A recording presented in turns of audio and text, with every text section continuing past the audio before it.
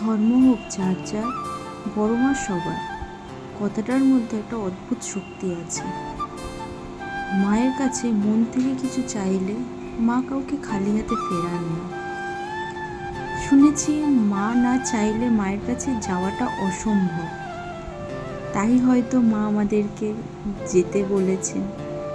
সেই জন্য অনেক দিন ধরে ভাবনা চিন্তা করেও আমরা মায়ের কাছে যেতে পারছিলাম না। হঠাৎ করে একবার ঠিক হয়ে গেল, তাই মায়ের নাম নিয়ে বেরিয়ে পড়লাম। অনেকটা রাস্তা, তাই আমরা সকাল সকাল বেরিয়ে পড়েছি মায়ের নাম নিয়ে। তো বেরিয়ে এবারে অনেক দিন পরেই আর কি এই রাস্তা দিয়ে যাচ্ছি, বেশ ভালোই লাগছে।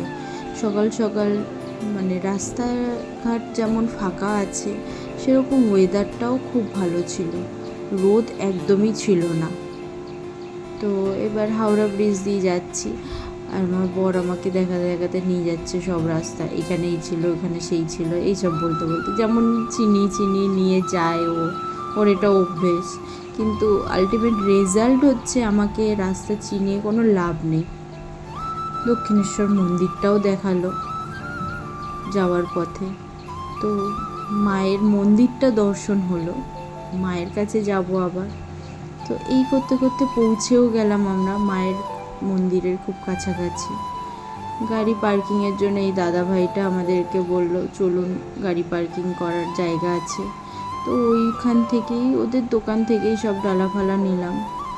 মায়ের মন্দির প্রচুর ভিড় হয়ে গেছিলো, প্রচুর লাইন, কত মানুষজন চলে এসেছিলো। তারা কত সকাল থেকে, মানে প্রায় রাত থেকে বলতে গেলে তারা লাইন দিয়ে দাঁড়িয়ে আছে। আমরাও পৌঁছে গেলাম, আসলে রবিবার ছিল তো সেই জন্য একটু ভিড়টা বেশি হয়েছিল। লাইনে দাঁড়িয়েও ফোন দেখা দরকার, আর কি বলবো। তো এই লাইনটা প্রায় খুব তাড়াতাড়ি আমরা মন্দিরের খুব কাছাকাছি চলে এসেছিলাম, বেশিক্ষণ দাঁড়াতে হয়নি। এই যে এই একটা জায়গা খুব সুন্দর লাগলো। চলে এলাম মায়ের মন্দিরের ভিতরে। খুব তাড়াতাড়ি পুজোটা দিয়ে তারপরে মা গঙ্গাকে নম করে আমরা এবারে বেরিয়ে পড়লাম বাড়ি যাওয়ার পথে।